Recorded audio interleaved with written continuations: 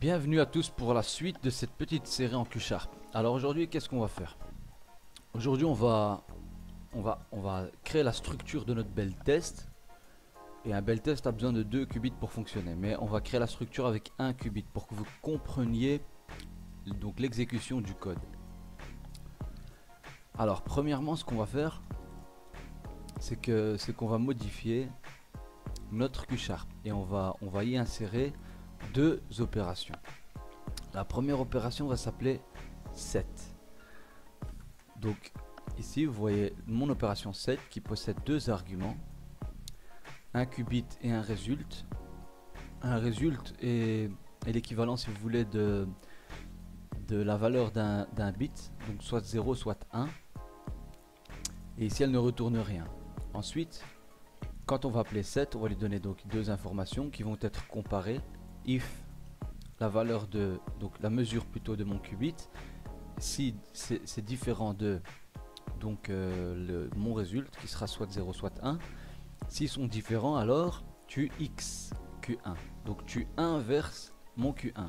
Donc si q1 valait 1, il revient à 0, s'il valait 0, il retourne à 1. Ok, d'accord, donc ça va être une opération qui va permettre d'inverser, si vous voulez, la valeur de mon qubit, cette opération là.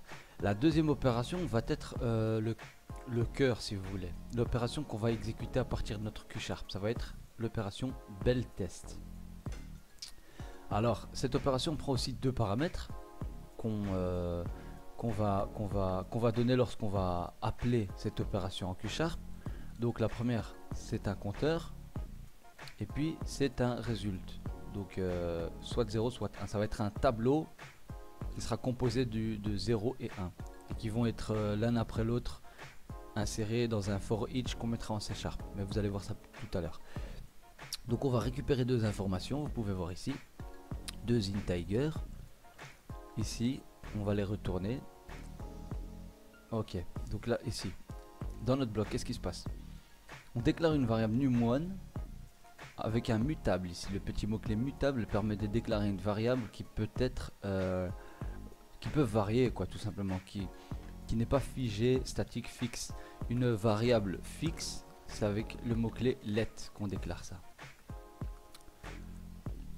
Ensuite il y a l'autre bloc using ici qui va permettre d'instancier et de manipuler notre qubit. Et à l'intérieur de ce bloc using, on retrouve un for. Notre boucle va parcourir un tableau ici qu'on crée test, qui va s'appeler test, et qui va aller de 1 à count. Donc de 1 à la valeur qu'on lui donnera. Si on veut aller de 1 à 100, c'est 1 à 100, etc. Et si on veut mettre un pas de 2 par exemple, c'est-à-dire 1, 3, 5, 7, 9, etc. Alors on le tape ici, un pas de 2, et puis apparemment on va jusque count. Et on peut mettre un pas de 5, un pas de... enfin, peu importe, vous avez compris. Ensuite, qu'est-ce qui se passe? C'est que dès qu'on rentre dans notre boucle for, on va appeler notre opération set et on va lui donner la valeur initiale ici qu'on déclarera en C# et notre qubit. Et c'est ces 2 valeurs là qui vont être comparées pour voir si on retourne ou pas, si on inverse ou pas la valeur de notre qubit. Donc ça dépend si la condition passe. Ensuite ici, qu'est-ce qui se passe? C'est qu'on déclare une variable res, donc résultat, là le résultat, qui va aller mesurer notre qubit. On va vérifier si res vaut 1. S'il vaut 1, alors on va setter, on va modifier la valeur de notre num1 et on va l'incrémenter.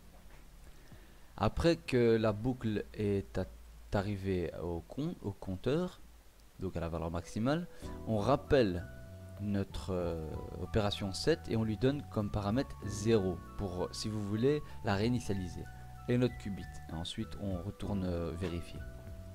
Après ça, donc on va retourner nos 2 valeurs qui seront notre compteur qu'on aura déclaré au préalable moins le num1 et le num1.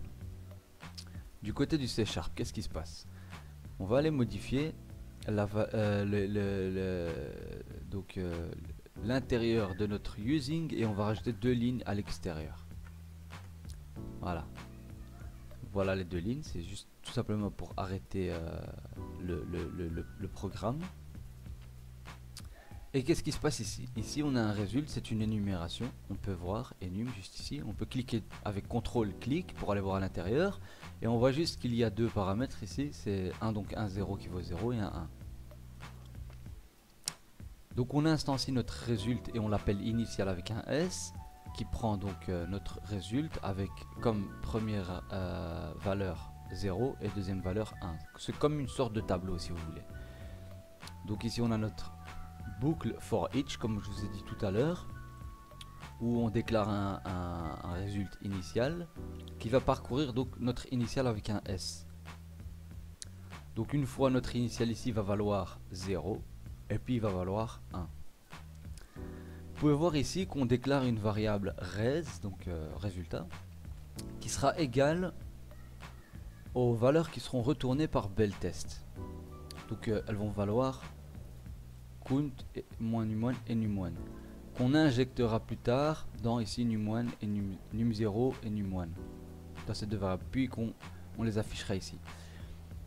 Donc ici belTest, on voit belTest.run, comme je vous ai dit, ça permet d'exécuter notre belTest.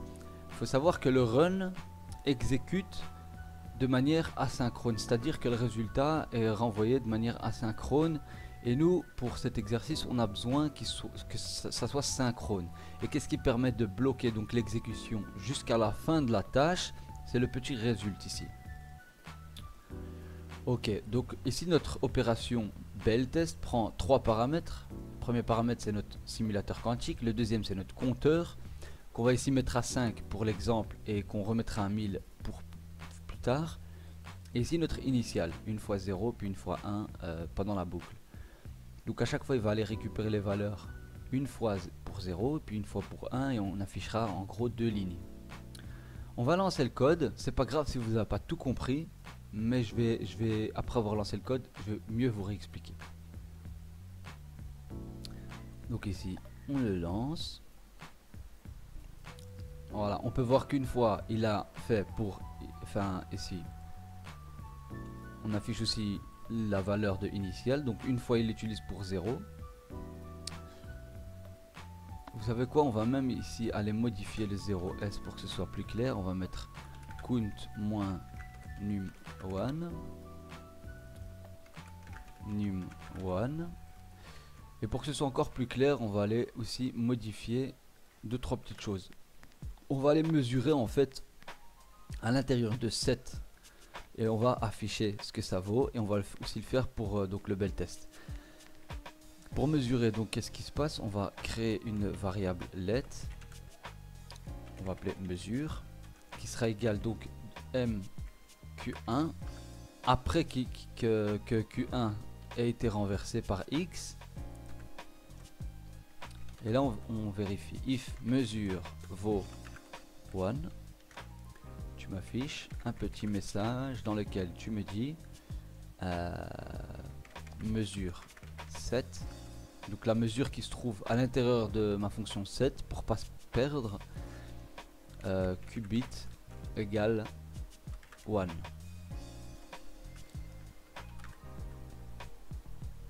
On va mettre une autre condition pour voir s'il vaut 0, et là on met 0. Et on va aussi aller mesurer dans notre opération belTest juste après la boucle, pour ne pas avoir plusieurs messages qui s'affichent, parce que si c'est dans la boucle, donc là le Q1 s'appelle qubit ici, on le modifie et on met mesure belTest, mesure belTest. Ok, donc là c'est parfait. On va relancer le code, comme ça vous allez voir que c'est beaucoup plus clair. Alors qu'est-ce qui se passe maintenant? Maintenant on exécute donc directement notre belTest avec la valeur 0. Donc après que la boucle est finie de tourner, on va mesurer donc notre qubit et il nous dit qu'il vaut 0.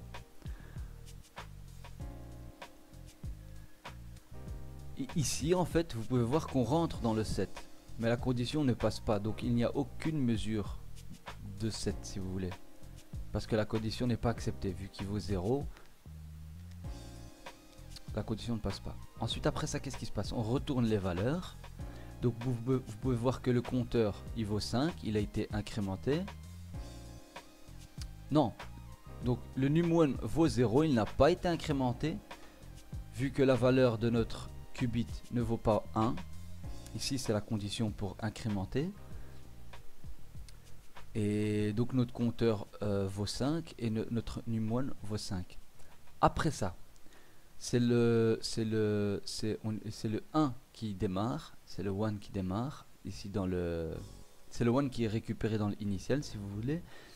Et là quand on rentre dans notre boucle for, on appelle la fonction set.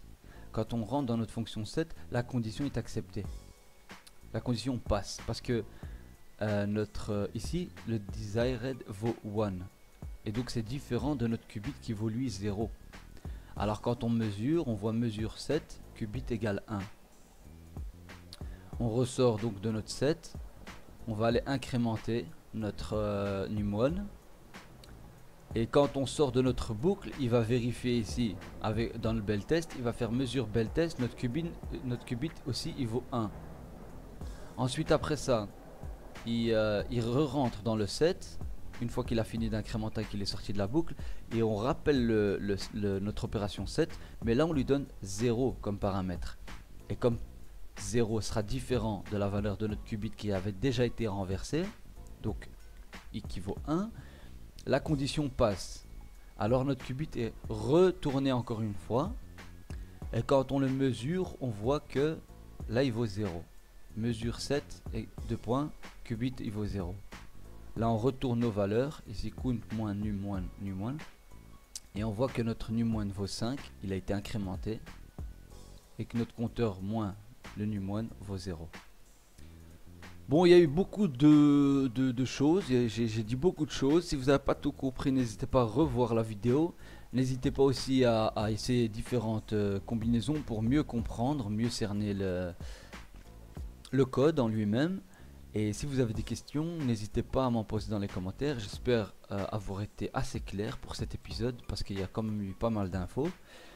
Pour le prochain épisode, on va donc manipuler 2 qubits et on va voir en fait dans les détails plutôt la fonction, si vous voulez, du bel test quoi, voilà quoi. Bon, j'ai pas les mots, mais vous avez compris l'idée. En gros, j'espère juste avoir été le plus clair possible. Je vous donne rendez-vous alors pour l'épisode suivant. Et courage, ne lâchez pas le steak, même si c'est peut-être compliqué pour certains et plus facile pour d'autres. Allez, à l'épisode suivant.